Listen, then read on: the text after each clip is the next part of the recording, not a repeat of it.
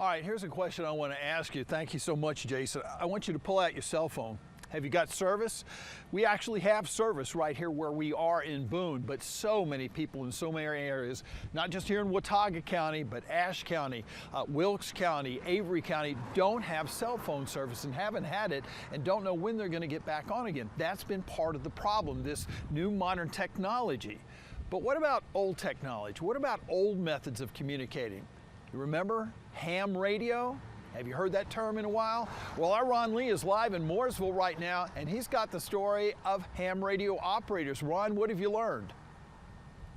John, when the comms went down, thousands of ham radio operators jumped on the air trying to guide these rescue workers to the hardest hit areas and people who need it the most.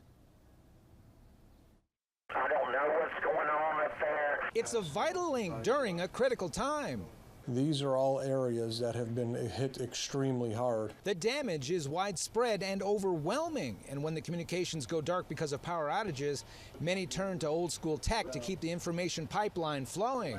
But in times like this is where hams really shine. Dan Gitro has been a ham operator for years, spending most of his time talking to people all over the world. But during a time of crisis going on in the western counties, his attention is laser focused. We are passing information in and out of the affected areas in western North Carolina right now. This back bedroom in Dan's house has become the central command center for any and all information for those who find themselves in the path of Helene. Our communication with them on the radio is vital. From his chair, Gitro monitors and relays stories and needs of the hardest hit areas. Some of what he hears is simply heartbreaking.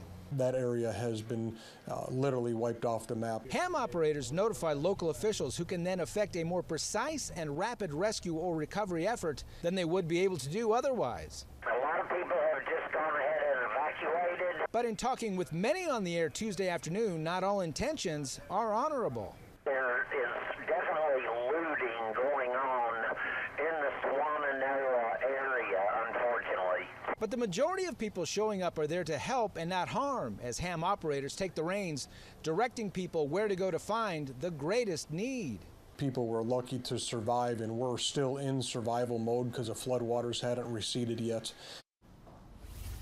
And a lot of experts tell us those floodwaters may not recede for a while. It could be a couple of days until some of these rescue crews can actually get in to help these people. Ham operators that I talked to say they will remain on the air helping however they can for as long as they can. In Mooresville, I'm Ron Lee, WBTV, on your side.